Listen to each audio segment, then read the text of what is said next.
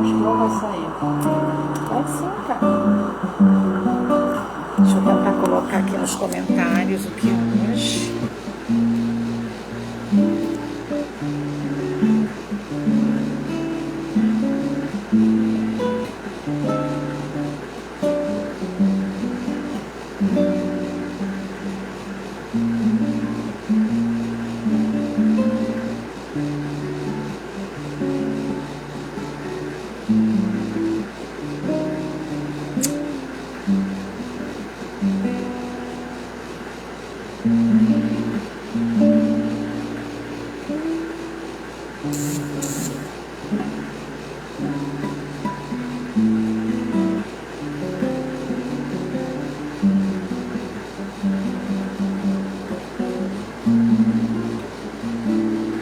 Olha que sacanagem.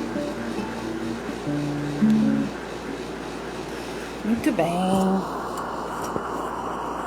Vamos lá.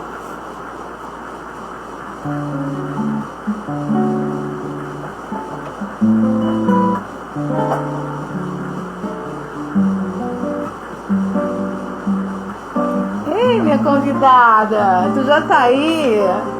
Que delícia! Vamos dar aqueles 2 minutinhos pra galera chegar, tá bom? Já te chamo já já. Coloquei até meu filho pra tocar pra gente aqui, fazer um fundo musical. Bem-vinda, querida! Chegou nosso dia!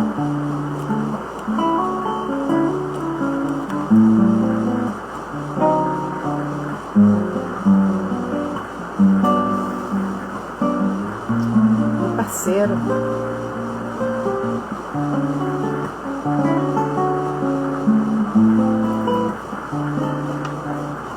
Joana tá acordada? Eu queria conhecer a Joana. Tem como ela aparecer nessa live aí pra eu conhecer a Joana? Não me ouve? Uau!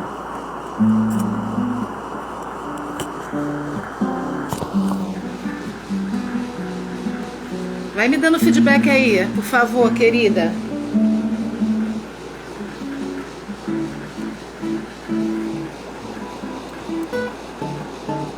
Aqui pra mim tá tudo certo. Ainda não me ouve, Dirlene?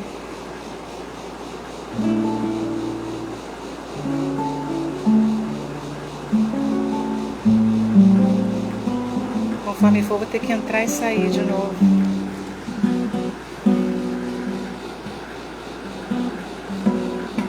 Oi, gente, a Dirlene me pontuou aqui que não tá me ouvindo. Tem mais alguém não me ouvindo?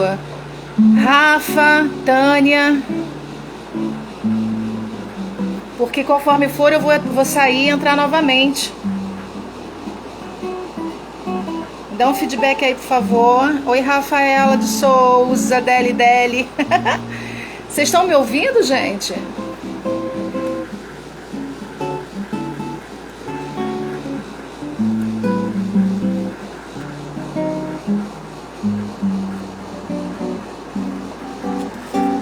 Será que é minha internet?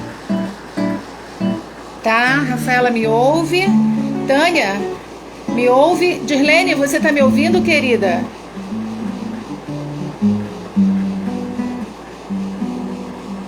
Me diz aí se você consegue me ouvir. Rafaela tá me ouvindo, a Taninha também.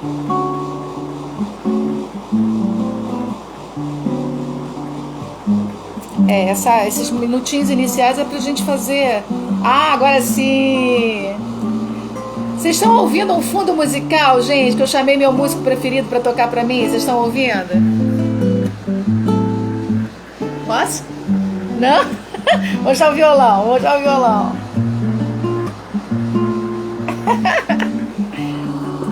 Filho, né? A gente quer mostrar, o filho não quer aparecer. Dirlene, eu quero conhecer Joana.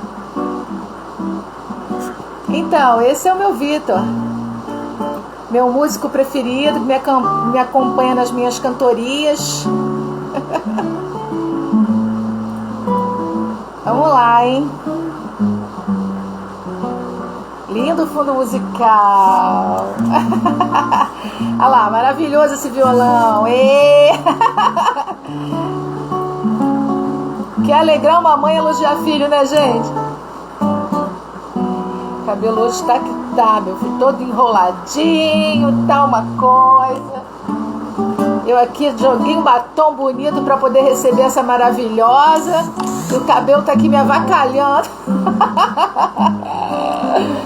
Tirar o som aqui do meu zap. Então, e vamos nós. Oi, Kátia.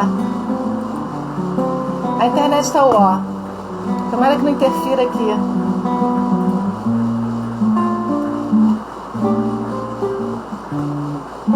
Ah, é mesmo? Oi, Luciana, que coisa boa você aqui. Luciana Lima é a inspiradora desse projeto, ela é lá de São Paulo. Foi ela que eu ouvi falando da mãezinha dela, foi ela que inspirou Vozes Negras, que era só enegrecer, mas aí ela deu a dica do Vozes Negras, e aí nós juntamos os dois nomes e ficou um nome forte, ficou um nome bonito pra caramba.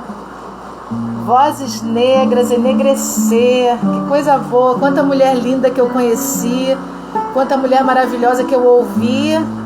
E hoje a gente tá com a lindona da Dirlene, que eu já vou chamar já.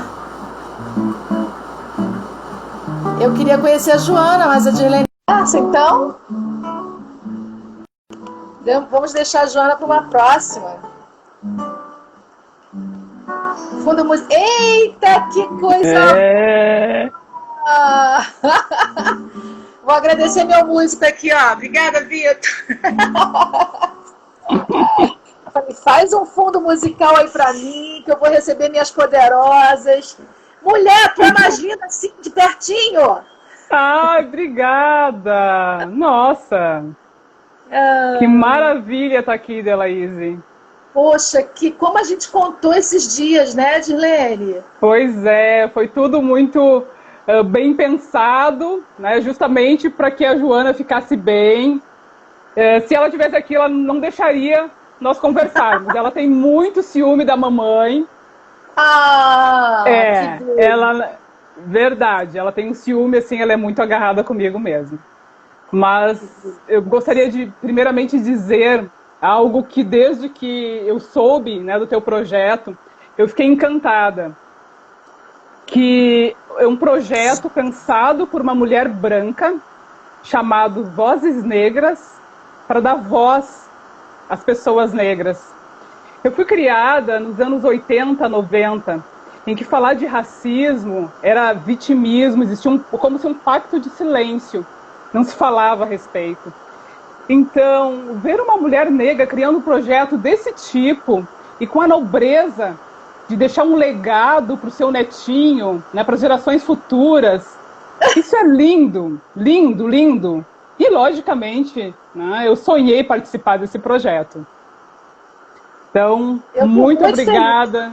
Muito obrigada por esse convite. Eu estou uma hoje. Se você começou assim, já percebi que a coisa está pegando pro meu lado. Hoje vou tentar dar uma de profissional aqui, porque tá, nos primeiros 5 minutos a gente já começa emocionando. É complicado, né, queridona? Mas olha, primeiro, assim, a cada dia que passa, especialmente nesse ano, tão difícil para todos nós, no mundo inteiro, eu percebo que nada, absolutamente nada é maior, nada traz mais prazer, nada traz mais saúde para a vida da gente do que a gente fazer alguma coisa que a gente ama fazer, que toca nosso coração. E não é à toa que a gente que trabalha também com a área de recursos humanos, a gente insiste o tempo inteiro em que as pessoas precisam encontrar algum propósito no que fazem, para que o que fazem seja algo que toque não só o coração delas, mas o coração das outras pessoas. E quando eu me vi nesse momento, eu já estava sem trabalho, sem vínculo empregatício, né? E eu falei, nossa, como é que eu vou levar isso? Como é que eu vou levar essa carga? E ouvindo a Luciana, que está aqui com a gente, fazendo uma live com um amigo nosso, a Luciana falou sobre o quanto ela gostaria de dar voz para pessoas como a mãezinha dela. Ela puxou a mãezinha dela E ela estava em lágrimas, e eu parei para assistir a live, porque eu vi uma mulher em lágrimas, eu falei, pelo amor de Deus, o que, é que essa mulher está chorando, Jesus? Deixa eu ver o que, que é isso. E aí foi nesse momento que eu ouvi a fala dela. E a Luciana, nesse período de tempo que eu ouvi, foi tão interessante que nessa live que ela estava com o nosso amigo, ela ficou sem o som, e aí ele teve que encerrar a pauta com ela, porque ela perdeu o som, avisou que estava sem o som, mas parecia não, eu acredito que Deus me colocou ali para ouvir aquele momento, aquele instante, e ela falou assim, eu desafio você que está ouvindo a gente aqui a ver na sua rede social quantas mulheres negras você tem de amizade, mais que isso, eu desafio você a ver quantas vezes você deu voz a essas mulheres, quantas vezes você deu palco para elas. Eu falei, gente, eu fui criada no meio de pessoas negras, meu pai era um evangelista de uma igreja batista, eu fui nascida e criada no lar cristão, e a nosso papai com 55 anos, eu vou acabar me emocionando de novo, não está certo isso, porque está no... Papai com 55 anos resolveu que ele ia estudar, porque ele queria aprender a falar sobre a Bíblia, ensinar a Bíblia para as pessoas que sabiam menos que ele. E ele foi terminar o primeiro grau e fazer o segundo grau com 55 anos para poder fazer um seminário. E sábado agora ele faz 90 anos, mas ele tem 90 anos, mas ele só tem 34 de ministério pastoral. E papai sempre foi minha inspiração para estudar, porque eu achava lindo ele com aquela idade estudando. E a nossa igrejinha, a igrejinha que nós fomos tomar conta para a igreja grandona, que a gente chama de igreja mãe, né? Eu não sei quantos aqui conhecem essa estrutura, mas é uma igreja mãe, uma igreja grande, abre uma congregação pequenininha, começa alguém a trabalhar. A nossa igreja era num bairro chamado Rocha Miranda, no pé do Morro Faz Quem Quer, uma comunidade aqui no Rio de Janeiro. E a nossa igreja era uma igreja de negros.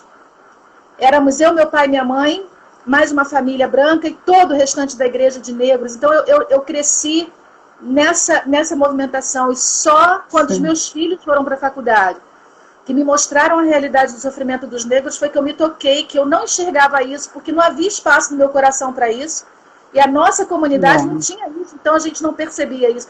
Mas eu trouxe pessoas aqui no Vozes Negras, que eram dessa comunidade. As irmãs Xavier falaram comigo quarta-feira passada, e quando você ouve como elas se sentiram acolhidas por esse amor lá, e o quanto esse amor mudou a vida delas. Uma delas hoje é professora de canto, fechou a nossa live cantando. Depois você dá uma olhada, Dirlene.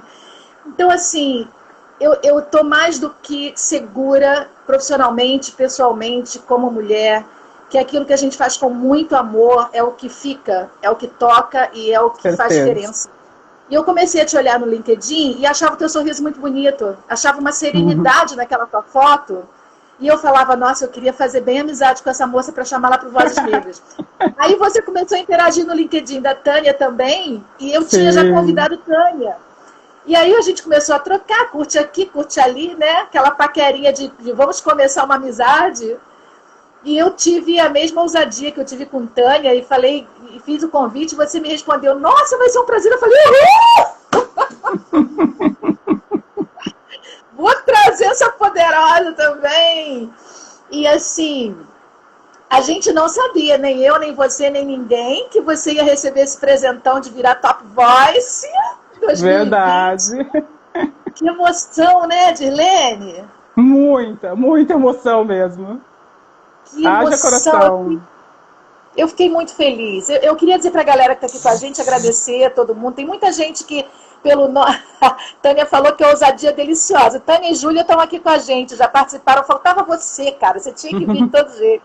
Eu queria dizer para a turma o seguinte, a Dirlene é uma pessoa maravilhosa. Eu gosto de apresentar a gente assim. A Dirlene é uma pessoa maravilhosa, é uma mulher que contribui profundamente para outras mulheres negras, outros homens negros, outras pessoas de qualquer cor, de qualquer idade, entenderem a economia de uma forma maior e melhor, não com aquela forma pesada, difícil, né? É uma missão que ela tem de desmistificar o medo que as pessoas têm de pensar em economia.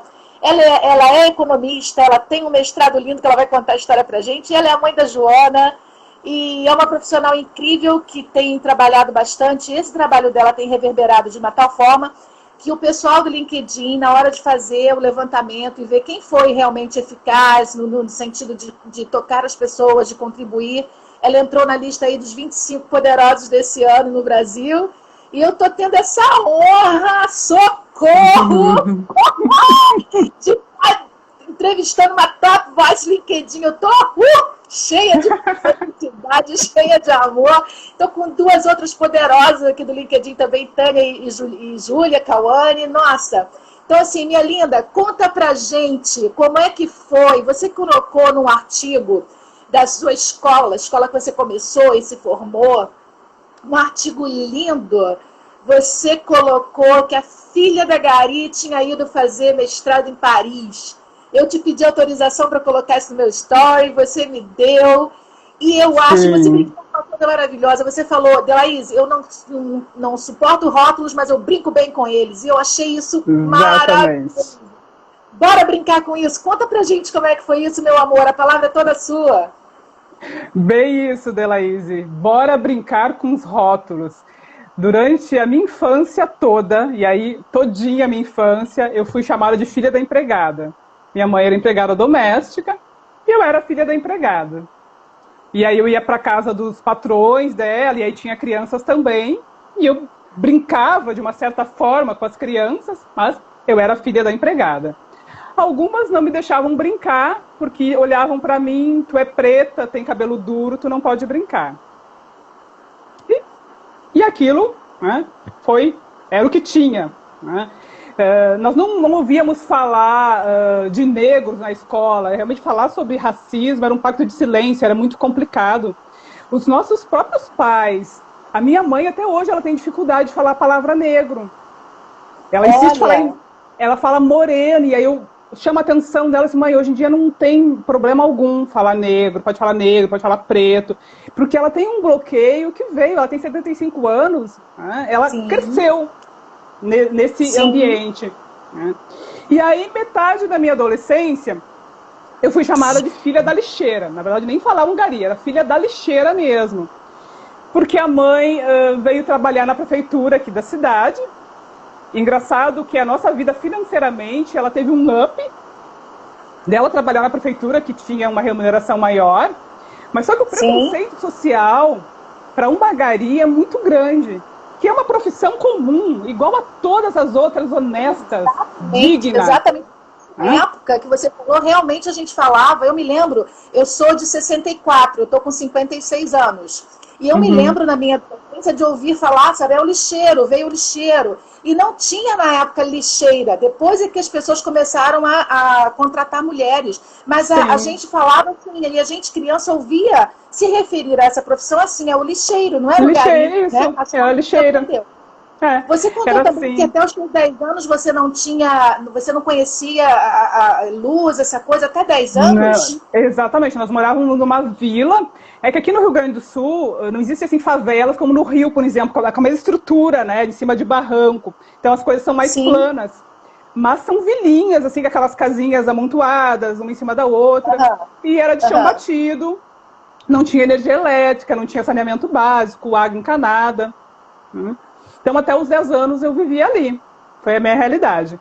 Até que um dia, eu sempre que eu gosto de trazer, eu me identifico bastante com a Luciana, né, que tu falaste que é a pessoa que deu origem ao Vozes Negras, porque tudo começa por uma mulher, né, por uma mãe. Isso é maravilhoso.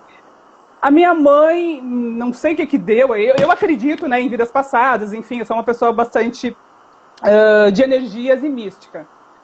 E a mãe um dia teve um estalo e falou assim, nessa vila eu não vou ter futuro aqui com 3 meninas. 3 mulheres? 3 mulheres, eu sou a mais nova, eu sou agraciada. Eu sempre digo que as minhas irmãs são presentes que eu ganhei antes de nascer. Porque as minhas irmãs me criaram, na verdade. Minha mãe se divorciou, eu tinha 3 anos de idade, ela já foi uma pioneira, porque ela se divorciou em 79, enquanto a lei do divórcio é de 77, né? Então, ela é uma mulher que não estava feliz, num casamento infeliz, e ela chutou a porta e disse, eu vou embora com minhas 3 filhas. E aí ela passou a trabalhar, ela já trabalhava pra caramba. E daí ela passou a trabalhar dia e noite para poder sustentar as filhas. Uau. E o que aconteceu? Eu fui criada por 2 crianças, né? Minha irmã mais velha, quando eu nasci, tinha 6 anos e meio, e a do meio, 5 anos e meio. Então elas me criaram. Era 2 crianças brincando de boneca viva. Então, assim, tem histórias engraçadíssimas da minha infância. Eu tomei banho gelado. Eu tomei banho gelado no inverno, aqui no frio do Rio Grande do Sul. Elas pisaram em cima da minha barriga. Elas passavam cera na casa e não se davam conta que a criança ia escorregar e eu caía vários tombos. Enfim, tem coisas muito engraçadas. E a mãe, então, já havia trabalhado, começado a trabalhar na prefeitura, né, de Gari. Então tinha uma remuneração um pouco melhor. E aí ela decidiu sair daquela vila, né, ter uma vida um pouco melhor. Então ela veio, alugou uma casa num bairro mais próximo do centro da cidade, que tinha luz elétrica, aí tinha água encanada. Foi a primeira vez que nós tomamos banho de chuveiro. Eu tinha 10 anos quando aconteceu isso. E aí eu fui estudar numa escola pública. Normal, né? Era o que tinha condições. Só que nesse processo todo, a mãe conheceu várias pessoas e conheceu a secretária de ensino aqui do município. Certo. E a secretária começou a falar, contar para ela como é que funcionava a questão de bolsas de estudo, enfim. E a mãe se interessou. Ela falou assim, minha filha mais nova sempre gostou muito de estudar. E isso é fato, né? Desde muito pequeno, meu sonho era estudar. Eu não sabia para que servia, eu não sabia onde é que ia me levar. Não tinha muitas noções, mas eu sempre gostei dos cadernos. Na época não tinha livros. A gente era muito pobre, então a gente não tinha livros. Mas os cadernos, eu gostava dos cadernos, de escrever, de desenhar, enfim. E sempre gostei de estudar mesmo. E aí a mãe falou para essa pessoa que eu fico interessada por causa da minha filha mais nova, que gosta muito de estudar. E dali ela me conseguiu uma bolsa, não era uma bolsa simples, tá? Tinha que ser a melhor aluna de escola pública. Tinha que ser, era um critério. O critério era ser a melhor aluna da escola pública. Ou então perde a bolsa. Exatamente. Aí todo ano, na época era bimestre, né? Tinha um boletim bimestral. Aí eu tinha que ir lá na Secretaria de Educação mostrar meu boletim com notas, né, ótimas. Sabe, eu costumo dizer assim que o meu negócio é exercitar o cérebro. Eu tenho um problema sério que eu não exercito o corpo, tá? Todo mundo tem que fazer exercício físico, ok? Mas pra mim é complicado. Então eu tirava 10 em quase tudo. Educação física eu tirava 7. Era tipo, assim, o professor me dava 7 para passar, porque essa aí é ótima aluna, né? Eu vou rodar essa criatura por causa da educação física. Bom. E na escola particular, assim, foi maravilhoso. Eu tive uma visão de mundo ampliada. Sabe? Como eu falei, toda profissão é honesta, mas até então eu não conhecia outras profissões, né, senão aquelas que eram do meu dia a dia. E ali eu comecei a entender que existiam outras coisas, que existiam outras possibilidades. Eu comecei a entender, de fato, por que o meu sonho era estudar, onde é que eu poderia chegar estudando. Só que eu sofri um preconceito duplo, né? Era um preconceito racial e social, muito forte. Realmente foi algo assim, muito forte. E esse ano eu fui levar minha filha nessa escola, que ela vai estudar nessa escola. Antes dela nascer, eu já sabia que ela ia estudar nessa escola. Então, embora eu tenha sofrido todo esse preconceito, eu amo essa escola. É uma paixão, assim, arrebatadora. Imagina. E eu entrei na escola e tem coisas que estão do mesmo jeito da época que eu estudava. E aí eu vi a escadinha que eu descia para entrar na escola e tinha um grupinho de meninos. Eles estavam sentados dos dois lados da escada. E ficavam imitando sons de macaco. Eu passando e eles imitando o som. E aquilo pra mim era horrível. Né? E eu já era tímida. E o que acontecia? Eu ficava mais tímida ainda. Então eu tinha muito poucos amigos, né? Com o tempo eu fui conhecendo algumas pessoas que são meus amigos até hoje. Mas tinha pouquíssimos amigos. E tinha o fato de ter educação física à tarde. Eu estudava pela manhã e à tarde eu tinha educação física. Não tinha nem dinheiro e nem tempo de ir em casa, né, ter educação física. Eu morava no bairro mais distante da cidade, a escola ficava no centro. Então não teria condições mesmo. Né? E foi aí que eu conheci a biblioteca da escola. Então eu saía da aula, ia lá para o trabalho da mãe, dividia a marmita com ela, e aí ia para a biblioteca, e aí depois ia para a educação física. Então, lendo várias coisas, eu vi um livro de psicologia, que na época não se chamava autoajuda, né? Era um livro de psicologia. E aí eu lembrei que eu tinha tido uma conversa com uma colega que tinha falado que a mãe dela era psicóloga. E eu tinha perguntado, porque eu sempre fui muito curiosa, assim, né? Tinha perguntado, o que é isso, psicóloga? Aí ela falou, é um médico, é um tipo de médico que cuida da mente, cuida da cabeça. Uau. Achei aquilo interessante, né? E eu tinha algo dentro de mim que eu precisava mudar. Eu usava o termo assim, ó, eu preciso parar de sofrer. Era o termo que eu utilizava. Eu quero parar de sofrer. Eu quero reagir. Porque as pessoas me falavam as coisas e eu não tinha voz para nada, eu não tinha reação. Eu ia te perguntar isso, Dilene. Eu ia te perguntar, desculpa, só para a gente aproveitar ao máximo, porque esse relógio não para, eu fico com vontade de travar, porque vem uma porção de perguntas, enfim. Você ouvia essas coisas, você era uma criança, e você de alguma forma não reagia. É normal que as crianças não tenham, a maioria não tenha ímpeto para reagir, mas quando você diz agora sobre eu queria parar de sofrer, significa que mesmo não falando, você sentia que aquilo era uma situação que você não queria ficar vivendo aquilo. Sim. E eu acho que você herdou isso da sua mãe, porque a história que você contou da sua mãe foi fantástica, né? Ela olha para o lugar que ela está e diz, aqui eu não vou conseguir nada. Ela chega na prefeitura, ela começa a catar as coisas e fazer amizade com o povo, para saber como é que ela pode melhorar a vida das filhas. Que empreendedora a tua mãe. A tua veia empreendedora é dela, né, cara? Porque olha esse teu olhar, não quero sofrer. Como é que eu faço para parar de sofrer? Ao invés de ficar aqui chorando, reclamando, o que eu faço por mim, né? Conta aí o que você começou a fazer por você. Bem isso. Uma coisa... Porque assim, eu durante muito tempo da minha vida, eu queria ser psicóloga, tá? Justamente para tratar dos meus problemas. Daí depois, quando eu entendi isso, ficou fácil, que a psicologia era para me tratar, né? Depois, mas eu estudei muito psicologia, e aí depois de formada, fiz curso com Augusto Cury, fiz inteligência emocional, um pós-MBA, então... E o que acontece? Todo tímido, ele é tímido, ele não externaliza, mas ele tem diálogos internos muito ricos. Fortíssimos, né? Então, nos meus diálogos internos, era fato, eu dizia, eu quero parar de sofrer. Eu preciso parar de sofrer. Então, com essa informação que o psicólogo era um médico da mente, aquilo, nossa, me interessou muito, né?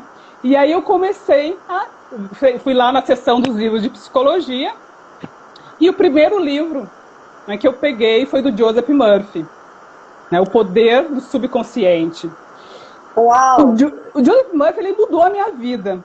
E aí até eu vi uma fala tua fala dizendo que livros de autoajuda não ajudam ninguém. E aí eu tive um diálogo interno e falei assim, não ajudam ninguém quem não queira ser ajudado. O melhor psicólogo do mundo não ajuda uma pessoa que não queira ser ajudada. É verdade, é verdade. Eu queria ser ajudada. Então, hoje em dia, graças a Deus, eu tive... Certíssimo, Dilene. Eu acho que é a disposição mesmo. Quando eu falo, eu reitero assim, o olhar, porque eu tive a oportunidade de encontrar com várias pessoas que ficaram extremamente frustradas, achando que nesses livros encontraria saída. Na verdade, se a gente não encontrar o que incomoda por dentro, não tem nada fora que encontre saída. Então, nesse olhar, nós combinamos bem. O desejo tem que ser muito maior, porque quando a gente tem o desejo, a gente sabe tirar o que é bom daquilo que a gente está lendo e aproveitar para ajudar. E aí, conta aí que você leu e isso começou a... Você chegou a fazer psicologia? Isso mexeu tanto contigo que você foi fazer psicologia? Não tinha dinheiro dessa vez. Não tinha dinheiro. E psicologia era um curso que na época, lá nos anos 90, ele era um curso diurno, era um curso muito caro, não sei como é que está hoje, mas nas federais, após medicina, ele é o curso mais concorrido, e nas particulares ele é muito caro. E na época só tinha diurno. E eu sou de uma época que não existia ProUni, não existia FIES, não existia nada, né? Era salve-se quem puder. Era bem isso. É verdade. Mas eu dou graças a Deus de ter desistido de psicologia, porque eu entendi, né? Chegou um ponto que eu entendi que psicologia eu gostaria de fazer para resolver os meus problemas. Entendi. Mas aí você já estava lendo coisas interessantes que já estavam te ajudando. Exatamente. E a minha dificuldade de escolher a profissão foi justamente essa, de gostar de muitas coisas. Mas eu me sobressaía muito em matemática. E como não é todo mundo que gosta de matemática, eu acabei indo, né, para as áreas onde tivesse números, porque eu acreditava, e foi realmente uma coisa muito certa na minha vida que eu fiz, que eu tinha que ter uma profissão já no ensino médio, porque era uma pessoa com recursos muito escassos, para sobreviver, né, porque às vezes a gente pensa assim, estudar numa faculdade pública, ou então ganhar uma bolsa, é só aquilo ali, aí tu não vai pagar, ok, tudo certo. A gente tem todo um por trás, né, todo um cenário, né, tem livros, tem roupa, tem transporte e tal. Sim, então, sim, tem toda uma logística, com certeza. Toda uma logística, né? Eu me mantive na escola particular, mesmo tendo bolsa, porque eu tinha muitas pessoas que me apoiaram, que me ajudaram, né? As minhas irmãs, que são mais velhas do que eu, elas me davam roupas, calçados.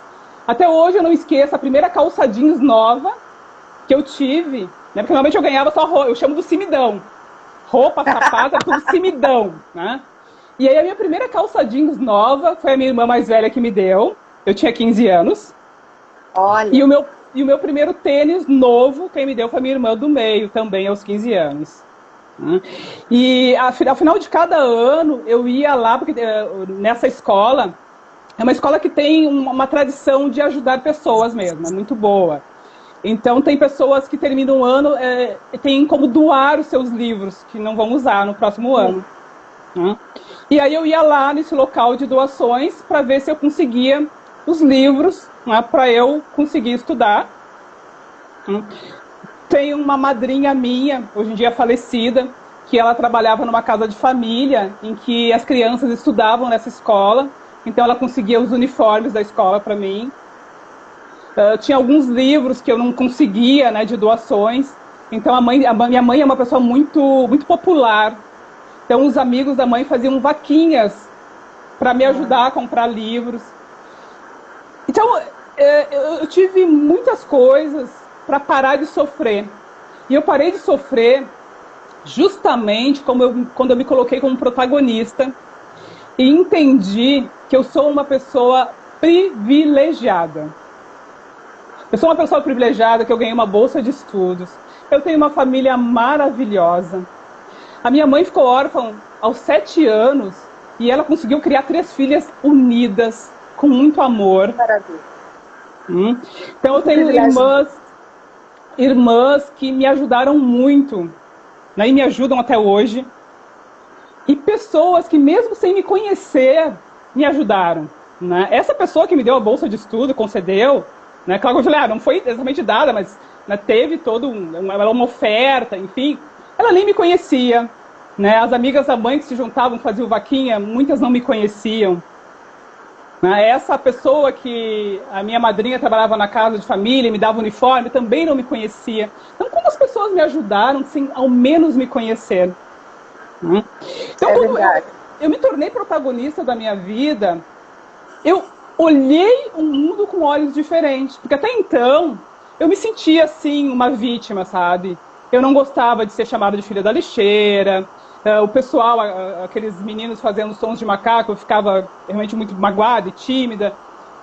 Só que quando eu me tornei protagonista, eu passei a botar o peito pra frente, eu passava por eles e dizia, bom dia, macaco? O homem evoluiu do macaco, todos evoluímos do macaco, né?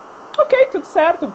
Me chamavam de negra, eu dizia, ok, eu sei que eu sou negra, mas não precisa me lembrar, tu é branco, eu preciso te chamar de branco toda hora, assim? E eu passei a responder para as pessoas, mas não de uma forma ofensiva, eu passei simplesmente a me aceitar. Então, a autoaceitação, né, que eu chamo de protagonismo, para mim são coisas muito juntas. Né? Para ser protagonista, tu tem que se autoaceitar. Né? Então, quando eu me aceitei, eu me tornei protagonista da minha vida. E isso foi transformador. Entendi. É como se tivesse tirado o peso do mundo das minhas costas. Eu sentia o peso do mundo das minhas costas. Entendi. Ele saiu no momento que eu me aceitei. Que coisa mais linda, Dirlene. Eu estou vendo aqui os comentários, a Kátia, que já participou também do Vozes Negras. Eu vou repetir da Kátia, porque às vezes a máquina avacalha a gente, né? E dessas 26 pessoas que eu vou fechar o ano, essas 26 maravilhosas negras passando na minha rede, duas eu perdi. Uma com as meninas, das irmãs, e a da Kátia Silene. Mas eu refiz a das meninas e vou refazer a da Kátia, porque se realmente a gente continuar nesse propósito de transformar esse projeto num documentário, não pode faltar nenhuma, não vai ficar nenhuma para trás, com máquina, sem máquina, a gente repete 10 vezes, mas eu vou gravar. E a Kátia está dizendo aqui que coisa inspiradora, que história mais linda. A Júlia está falando, nossa, sua mãe, quanta coragem, quanta potência, é de família, a tua história é de família. A Júlia botou que a live dela foi linda mesmo, comigo, estou adorando. A Daisy foi a pessoa que eu te falei, que era uma menina que ia na nossa igreja, porque em casa os finais de semana eram de briga, o pai bebia, batia na mãe, e elas quando iam para a igreja elas cantavam, elas brincavam, eram acolhidas, eram abraçadas. Minha mãe era uma mulher muito carinhosa com crianças e com velhos, e a Daisy hoje é professora de canto e falou sobre isso na live que ela passou comigo. Essas pessoas estão aqui te ouvindo. A Rafaela também, que hoje é empreendedora, que tem um negócio dela se virando na crise, colocou que inspiradora. Você falou sobre aceitação, a Júlia colocou que não é nada fácil, realmente não deve ser. Enfim, as pessoas que você inspira ao longo da sua vida, essas pessoas que estão, de alguma forma, aqui também dando esse feedback para você, são pessoas que, como você, estão sendo tocadas por alguém que muitas vezes nem as conhece. A Júlia e a Tânia você conhece como eu, de LinkedIn, da gente se vê por aqui, mas não conhece pessoalmente. Quantas pessoas cercam o nosso caminho, cruzam as nossas vidas e nos abençoam? E aí você disse que... eu achei uma coisa interessante. Aí quando você falou, Gleice, vou deixar você conduzir e vou respondendo, eu tô achando ótimo, né? Só quero segurar o tempo, a gente já está com 36, eu quero travar o relógio. Mas você disse uma coisa, me permita concordar e acrescentar. Você disse, quando eu me tornei protagonista da minha vida, eu consegui me impor, consegui me colocar, comecei a tirar o sofrimento. Mas olha, eu percebo uma coisa antes do seu protagonismo. Você fez uma coisa que poucas pessoas têm capacidade de fazer e que, na minha visão, é extremamente transformador para qualquer pessoa. Você primeiro tomou uma atitude de gratidão e de reconhecimento. Sim. Então você me disse que você começou a olhar para a tua vida como um privilégio, a tua bolsa como um privilégio, as tuas irmãs, o amor da tua família, a garra, a energia que a sua mãe passou. Você olhou no seu entorno, você olhou ao seu redor e você encheu o seu coração de gratidão. E porque o seu coração se encheu de gratidão, de reconhecimento, as dores não tiveram espaço para ficar dentro dele. E aí você começou a protagonizar a sua vida. Isso é lindo. Isso inspira qualquer pessoa. E que coisa boa que você está aqui comigo. Que coisa boa. Obrigada. Jura que você vai transformar isso em doc? Quero ajuda, Cecília. Assim que você, de coração aberto, Cecília se abre, maravilhosa. A Lu colocou boa, vamos embora. A gente tem muita história. Que bacana. Então, assim, tenho amigas suas aqui. Essa família de Reginas são guerreiras, são seres humanos maravilhosos. Sim. Olha que coisa linda. Inteligência igual, Dirlene e Regina. Adorei. Olha, me diz uma coisa. Você continuou nessa sua escola, ficou lá, escolheu economia, foi em frente. E olha só, por favor, conta pra gente como é que é isso. Parou em Paris, sua chique. Foi isso mesmo? Tá, deixa eu fazer algumas vírgulas aqui, tá? Gostaria de saudar o pessoal que está nos assistindo, né? E dentre tantas coisas para fazer e tantas opções, a gente sabe que nesse mundo de pandêmico, né, tem tantas lives para assistir, tantos cursos, então gratidão ao pessoal que está aqui nos assistindo. E em especial, essa pessoa que colocou Dirlene Regina igual inteligência, ela é amiga do tempo da escola. Então, os poucos amigos que eu fiz nessa escola, eu conservo até hoje. Então, eu cito o nome dessas pessoas. A Viviane me conheceu, eu já era uma protagonista da minha vida, mas eu estava iniciando o processo de protagonismo. Durante muito tempo, a Viviane me chamou de Poliana. Lembra do livro da Poliana? Que fazia o jogo do contente? Mamãe me fez ler, mamãe me obrigou a ler. Isso. E aí tem o Gustavo, a Irani, e a Áurea, que eles nos conheceram num momento bem complicado. Eu sofria muito racismo, eu sofria muito preconceito social. E aí eles participaram mais dessa minha transformação. Né? Então a Viviane e a Márcia já me conheceram num momento já bem melhor. Né? E a Márcia tem uma... Eu acho que a Márcia não está aqui, mas eu vou falar, porque daqui a pouco ela vai ver a gravação. A Márcia tinha uma questão assim, ó, a gente tinha uma relação simbiótica. Ela era a menina mais popular da escola.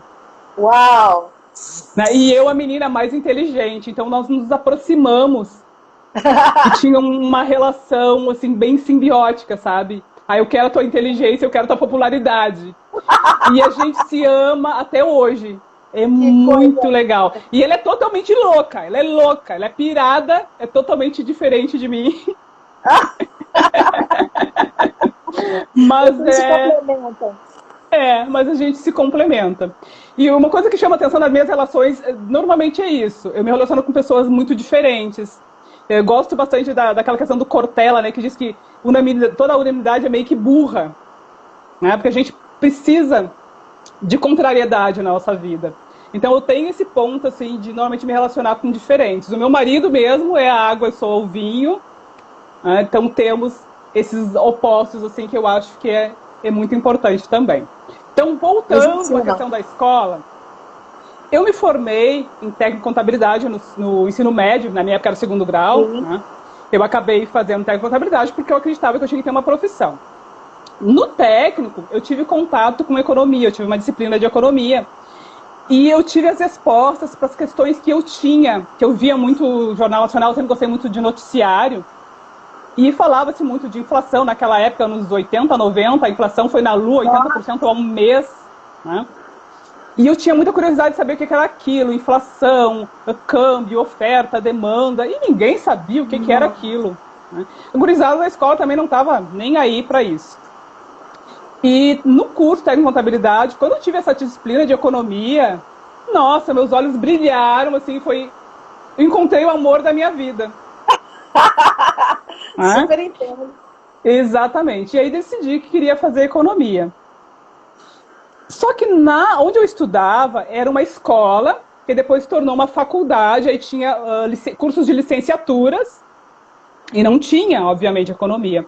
E aí eu fui para uma universidade grande, onde lá eu sofri também preconceito e teve um momento, né, na época era assim, a gente fazia matrícula e logo em seguida vinha o boleto da mensalidade, não era como hoje, né, são 6 boletos, né, um a cada mês.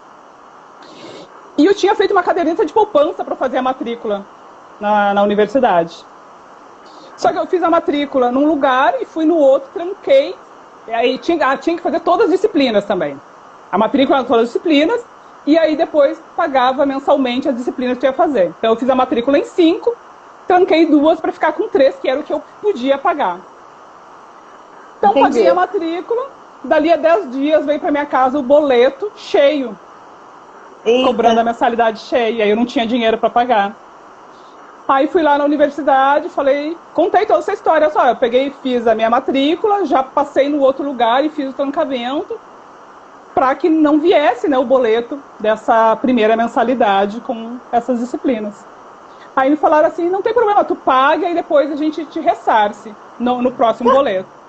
E aí eu falei assim, mas o problema é que esse dinheiro desse boleto cheio de 5 disciplinas eu não tenho como pagar. Aí quando eu falei isso, me enviaram para falar com o pró-reitor de assuntos comunitários. E o pró-reitor me falou a mesma coisa, tu paga esse boleto que no próximo a gente te dá, né, o ressarcimento. E aí eu falei a mesma coisa, eu não tenho condições de pagar. Quando eu falei isso, o homem se transformou. Ele se transformou e levantou da cadeira dele e me levou até a janela. E falou assim, tu tá vendo esse campus?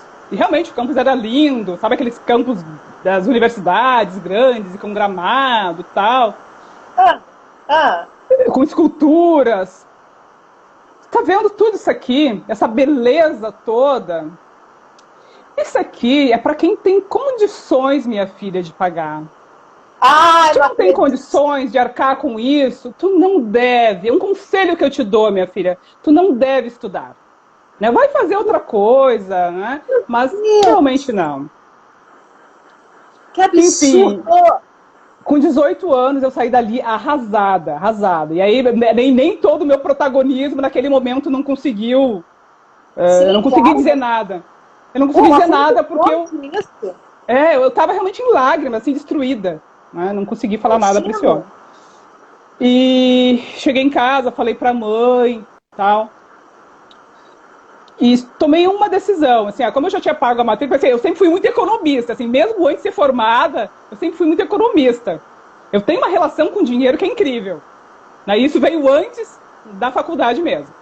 E aí eu pensei assim, não, mas olha só, eu já paguei a matrícula, que era um esforço muito grande para mim, em termos monetários, eu não vou desistir do semestre. Eu vou conseguir um dinheiro emprestado, alguma coisa, eu vou pagar esse boleto, vou ficar lá esse semestre para não perder o semestre e depois eu não vou botar meus pés mais lá. Eu não vou continuar dando o meu dinheiro suado para essa instituição. E foi o que eu fiz. Eu terminei o semestre, saí de lá, eu comecei a bater de porta em universidades e faculdades para ver onde eu poderia estudar e não tinha nenhuma que tivesse as minhas condições.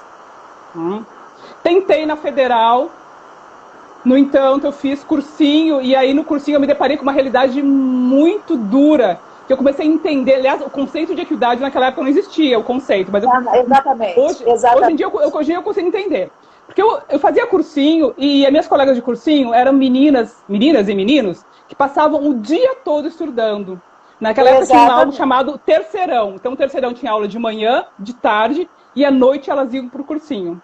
E eu passava o dia todo trabalhando, e só à noite eu ia pro cursinho. E aí eu me deparei com uma realidade assim, nossa, eu não tenho condições de concorrer com elas. E até, inclusive, eu fiz o vestibular e fui muito bem. Inclusive, eu passei ali, mas eu não classifiquei. Né? Eu acho que eram 50 vagas. Eu devo ter ficado em 60ª, alguma coisa. Né? Eu não classifiquei. E aí chegou um ponto que eu peguei assim, não, eu não tenho mais... quando eu cheguei a essa conclusão, eu não tenho como concorrer com essas pessoas. Eu pensei, não, eu vou continuar fazendo a faculdade como eu posso. Aí eu tinha trancado.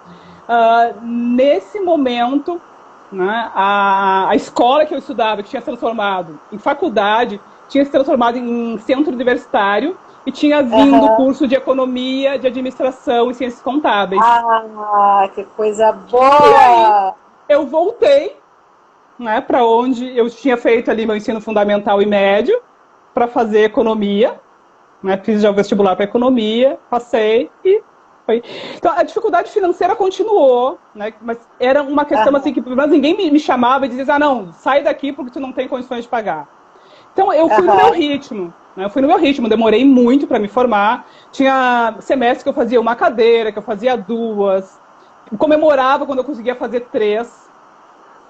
Mas eu fazia o que eu podia e ninguém me tirava de lá por não ter dinheiro para pagar.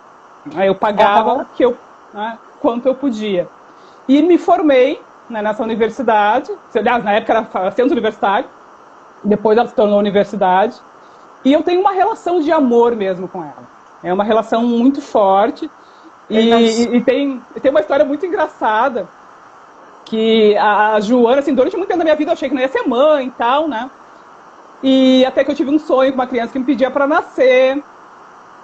E aí eu tava grávida da Joana, e eu já sabia que a Joana ia estudar nessa escola.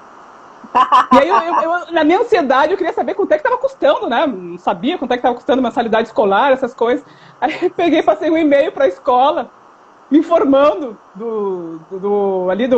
da educação infantil, como é que era e tal. E aí me perguntaram assim, que idade tem a criança. E eu estava grávida. E eu com vergonha de dizer assim, a criança nem nasceu ainda, eu inventei, né, que a criança tinha 2 anos. Mas como uma boa economista, tu estava pensando nos próximos gastos, né? Como fazer. Sim, eu queria, né, me inteirar. Mas foi isso. Então, eu me formei. Depois que eu me formei, as coisas parece que na minha vida voaram, né? Eu vivi 50 anos em 5. Eu troquei de trabalho por um que tinha uma remuneração o dobro.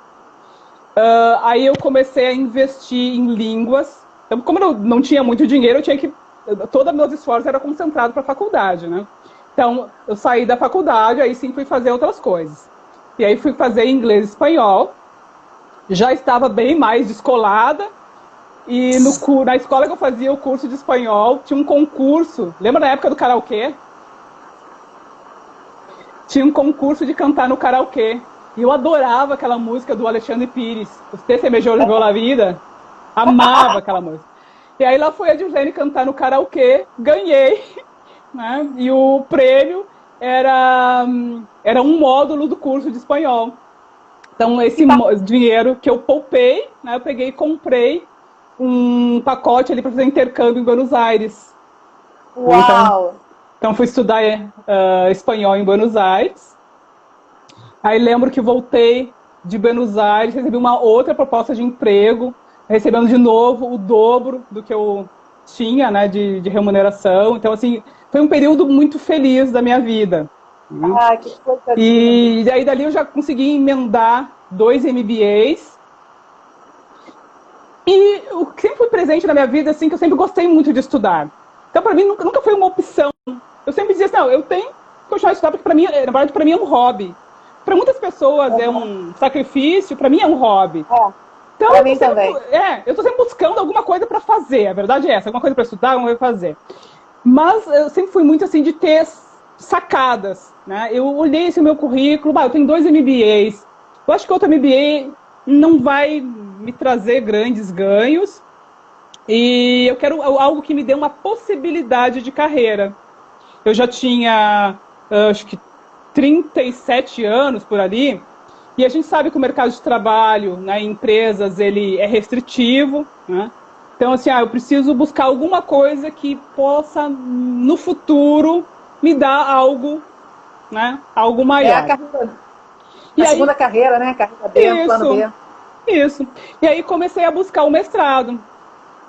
Só que agora eu estou utilizando as palavras da minha amiga Tânia, só que, eu adoro quando ela coloca isso, só que eu cheguei na universidade procurando pelo mestrado, e aí me diziam assim, tá, mas tu é uma profissional, tu tem quase que 20 anos, eu tinha 20 anos de mercado de trabalho, então no mestrado eles gostam muito mais de acadêmicos, né, aqueles para dar bolsa, tá, porque só existia mestrado acadêmico. E eu fiz 2 seleções para o mestrado, não fui aprovada justamente por ser essa pessoa muito profissional. Ó, a Tânia colocando só que... Bom, e aí fiquei na minha, né? Fiquei fazendo inglês e espanhol, que é uma coisa que eu não costumo parar de fazer inglês e espanhol. Mas não... eu fiz outros cursos livres, assim. Eu lembro que eu fiz um curso de liderança com o Jorge Gerdau, que eu amei. Mas não estava fazendo nada assim, formal de MBA. Até que surgiu um curso de mestrado profissional. O primeiro curso de mestrado profissional dupla titulação do Brasil. E era na mesma universidade que eu estava lá, enchendo a paciência para ser aprovada no mestrado. Aí eles pegaram e me mandaram um e-mail, falando assim, apareceu que nós temos agora a proposta de um mestrado profissional. Então eles lembraram de mim, me mandaram um e-mail me chamando para o mestrado. Aí cheguei lá no mestrado, claro, tinha que fazer a proposta, né, tinha que fazer carta de intenções de 2 professores, fazer o pré-projeto, fiz tudo aquilo, fiz entrevista e fui aprovada. Então, dizer assim, que ir a Paris era um sonho para mim, e a França, não é, a verdade não era. Eu nunca imaginei ir à França, então se eu fosse dizer, qual lugar que eu pensaria ir, não era um sonho. Mas eu queria muito mestrado, e o mestrado era um mestrado internacional. Então, tinha o convênio com a Universidade de Poitiers, em Paris. Em Paris, não, desculpa, é na França. A cidade de Poitiers é uma cidade que é 340 quilômetros. E nós fomos para lá, estudamos de manhã à noite. E um final de semana eu peguei o trem e fui a Paris. E aí, chegando a Paris, eu olhei aqueles monumentos. Eu nunca me esqueço, o primeiro monumento que eu vi, que foi o Panteão. Eu olhei aquilo assim, engasgou. Eu comecei a chorar e eu me dei conta do que significava aquilo para mim. E aí eu lembro que eu postei uma foto no Face, na época só tinha Face, né? A filha da lixeira chegou a Paris. Então foi muito assim significativo sabe? Aquela questão de estar em Paris. E, claro, depois que eu fui, hoje a minha casa, ela tem muitas decorações de Paris. A minha filha, ela tem 6 anos, agora semana passada, mas o sonho dela é conhecer Paris. Porque eu tenho muitas coisas de Paris na minha casa. Então ela olha minhas fotos e as decorações, né? Ela tem o sonho de conhecer Paris. Né? Uau! Então, foi... Ó, deixa eu te contar um segredo. 55 minutos que a gente tem. E eu quero te dizer o seguinte, a vontade é de desligar essa live e abrir outra para a gente continuar. Porque a tua história é linda, a tua história é inspiradora, é emocionante. A gente se emociona porque quem tem amor para, como disse a minha amiga Tânia, né? Quem tem amor para pelo menos ser aliado de vocês nessa luta, também se emociona com isso, porque a gente acha mais do que justo tudo que está acontecendo agora em favor da raça negra, dos negros, das mulheres. Tudo está acontecendo até tarde demais, já era para ter acontecido, já era para a gente estar brigando por isso há muito tempo. Então, quando você diz que chegou lá, olhou para aquilo e chorou, eu já me imaginei lá e já estava chorando aqui, porque todos os outros negros e negras, as crianças hoje precisam sonhar e saber que vocês chegaram e que elas também podem chegar. E a gente precisa trabalhar para que isso seja, para que isso aconteça, né? A gente precisa trabalhar para que isso seja viável para a maioria e não perpetuemos essa história tão triste que a gente tem até hoje. Meu amor, a gente tem 4 minutos, a tua história é mega, é máxima, e eu estou encantadíssima. O que você diria? Imagine agora uma audiência de mulheres negras começando, tipo 25 anos, 28 anos. O que você diria para essa turma, hein? Nossa, teria muitas coisas para dizer, mas eu vou escolher algo que transformou a minha vida. A minha vida foi transformada pela educação. O conhecimento transformou a minha vida. Então, eu defendo demais a educação. Eu amo a educação. E aí trago comigo, né, uma frase do Mandela, sabe o Mandela, que diz que a educação é a arma mais poderosa que podemos usar para mudar o mundo. E junto com o Mandela, eu trago Cortella também, que é uma pessoa que eu adoro. E é engraçado que eu conheci o Cortella, ele não era esse cara que ele é hoje, assim, esse estrondo. Eu conheci ele num congresso em Minas, inclusive, Tânia. Quando eu conheci Minas, que eu conheci só o aeroporto de Minas e a FDC. Então, eu fui num congresso da FDC e conheci o Cortella, que ele fala do verbo esperançar, que tem diferença. A esperança do verbo esperar e a esperança do verbo esperançar. Né? O verbo esperar é aquele esperar passivamente, esperar que aconteça, que se resolva. E a esperança do verbo esperançar é ir atrás, persistir e não desistir, fazer acontecer, que eu identifico que tem muito com o meu protagonismo. Então a esperança do verbo esperançar é o meu protagonismo. É justamente isso. Cara, então, são essas mensagens que eu deixo. Fechar com Mandela e Cortella, não tem coisa melhor, eu não tenho mais nada para dizer. Até rimou, né? Mandela e Cortella, rimou. Delícia. Querida, muitíssimo obrigada. Que prazer enorme ouvir você, que prazer enorme te conhecer. Que privilégio para mim ter você e pessoas tão maravilhosas passando por esse projeto. Eu estou juntando amigos de verdade que possam nos ajudar só por amor, ninguém vai pagar nada, a gente vai transformar isso num documentário. Eu quero que o Francisco veja daqui a 20 anos, quando ele tiver 22 aninhos, quem sabe se eu estiver aí ou não, eu quero que ele veja essa história, eu quero que ele ouça essas histórias. A mãe dele é muito engajada nessa luta também, minha filha. Meus filhos me inspiraram muito com isso. E eu quero que Joana fique com essa alegria, esse prazer que eu estou tendo de ouvir a mãe dela, de ver a mãe dela e saber que mulher fantástica você é, quantas mulheres você tem inspirado. E, por favor, só continua. Falei isso para a Tânia também, falei para a Júlia, continuem. Continuem levantando a mão, levantando a bandeira, dizendo estamos aqui, somos pessoas importantes e somos protagonistas e temos muita coisa para acrescentar. Muito obrigada, Dirlene. Obrigada aos amigos todos que estiveram conosco. Obrigada, Adelaide. Gratidão a todos que estão aqui conosco, que estiveram. Só gratidão para vocês e Ubuntu. Né? Sou o que sou, Ubuntu. porque todos nós Ubuntu. somos. Muito obrigada. Gente, um beijo enorme. 59h40, ninguém derruba a gente. Beijo. Entramos chiques e vamos sair chiques. Tudo de bom, meu amor. Tá bom. Muito obrigada. Até a Tchau. próxima. Quem sabe vai ter uma Até a versão 2. Por favor. Sim, Beijão. a Julinha tá querido. falando ali numa próxima versão, uma próxima edição. Então tá, quem sabe, né, Julinha? Isso.